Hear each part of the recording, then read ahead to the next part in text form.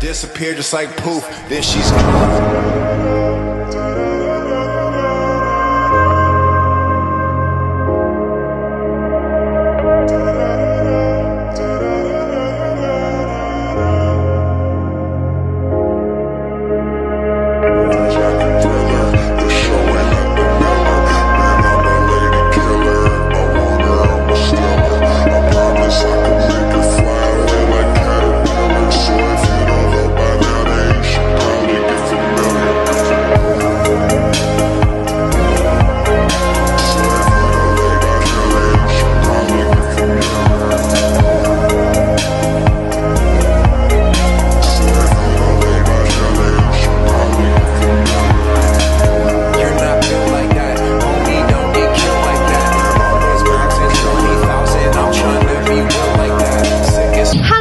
Kalian tahu nggak sih sistem pemerintahan dua negara ASEAN?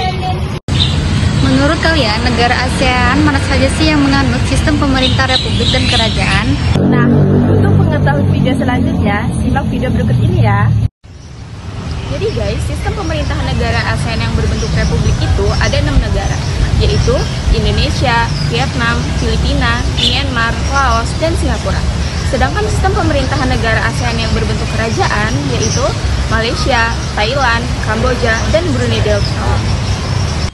Nah, di sini kami mengambil contoh dua negara ASEAN, yaitu negara Indonesia yang memiliki sistem pemerintah republik dan negara Malaysia yang memiliki sistem pemerintahan kerajaan. Yang pertama, negara Indonesia. Indonesia memiliki bentuk pemerintahan republik dan bentuk negara kesatuan sebagaimana yang telah disebutkan dalam pasal 1 ayat 1 Undang-Undang Dasar 1945 yang berbunyi, negara Indonesia ialah negara yang memiliki kesatuan yang berbentuk republik. Nah, dalam sistem pemerintahannya, Indonesia menganut sistem pemerintahan presidensial. Hal ini disebutkan dalam pasal 4 ayat 1 Undang-Undang 1945 yang berbunyi, Presiden Republik Indonesia memegang kekuasaan pemerintahan Undang-Undang Dasar 1945. Sistem pemerintah Indonesia dijalankan dengan rakyat memilih langsung presiden wakil presiden melalui pemilu. Presiden menjabat selama 5 tahun dan setelahnya bisa dipilih kembali hanya untuk 1 kali jabatan saja. Presiden menjabat sebagai kepala negara dan sebagai kepala pemerintahan. Yang kedua, negara Malaysia. Malaysia menganut sistem pemerintahan parlementer. Sistem pemerintahan ini didasarkan pada model British Westminster. Sistem pemerintahan ini dikepalai oleh yang berpetuan agung sebagai kepala negara, dewan negara atau senat, serta dewan rakyat atau dewan perwakilan rakyat. Dalam pasal 340 Konstitusi Federal Malaysia dituliskan jika yang berpetuan agung merupakan seorang raja konstitusional yang dipilih untuk menjabat selama 5 tahun.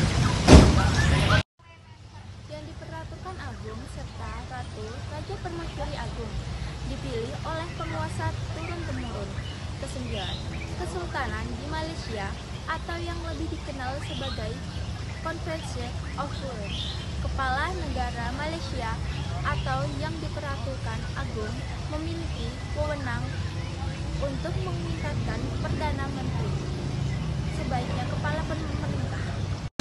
Jadi, perbedaan sistem pemerintahan negara Indonesia dan negara Malaysia adalah untuk sistem pemerintahan negara Indonesia yaitu sistem pemerintahan presidensial, sedangkan negara Malaysia adalah sistem pemerintahan parlementer. Yang kedua, Badan Eksekutif Negara Indonesia, yaitu Presiden sebagai kepala negara dan kepala pemerintahan, sedangkan negara Malaysia yaitu Perdana Menteri sebagai pemegang kuasa, kemudian pengatur dan penggerak pemerintahan. Dan yang ketiga, Badan Legislatif Negara Indonesia, yaitu DPR atau Dewan Perwakilan Rakyat yang berperan untuk membuat undang-undang dengan persetujuan Presiden. Sedangkan negara Malaysia, yaitu Dewan Negara dan Dewan Rakyat. Dua lembaga ini berperan untuk membuat undang-undang.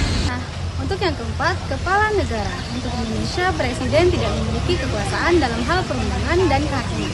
Sedangkan Malaysia yang dipertuan agung memiliki kekuasaan di bidang eksekutif, perundangan, kehakiman, pemeliharaan agama Islam, dan keamanan negara. Nah, yang kelima, Badan Yudikatif. Untuk Indonesia, kekuasaan kehakiman dipegang oleh Mahkamah Agung dan Mahkamah Konstitusi. Nah, sedangkan Malaysia yang di Pertuan Agong melantik Hakim Besar, Persekutuan dan Mahkamah Tinggi serta Peguam Negara atas nasihat Perdana Menteri.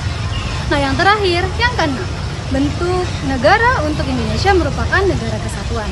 Sedangkan Malaysia sendiri memiliki bentuk negara federal dan negara bagian yang menganut sistem pemerintahan monarki demokrasi. Sekian dari kami akhiri. Wassalamualaikum warahmatullahi wabarakatuh.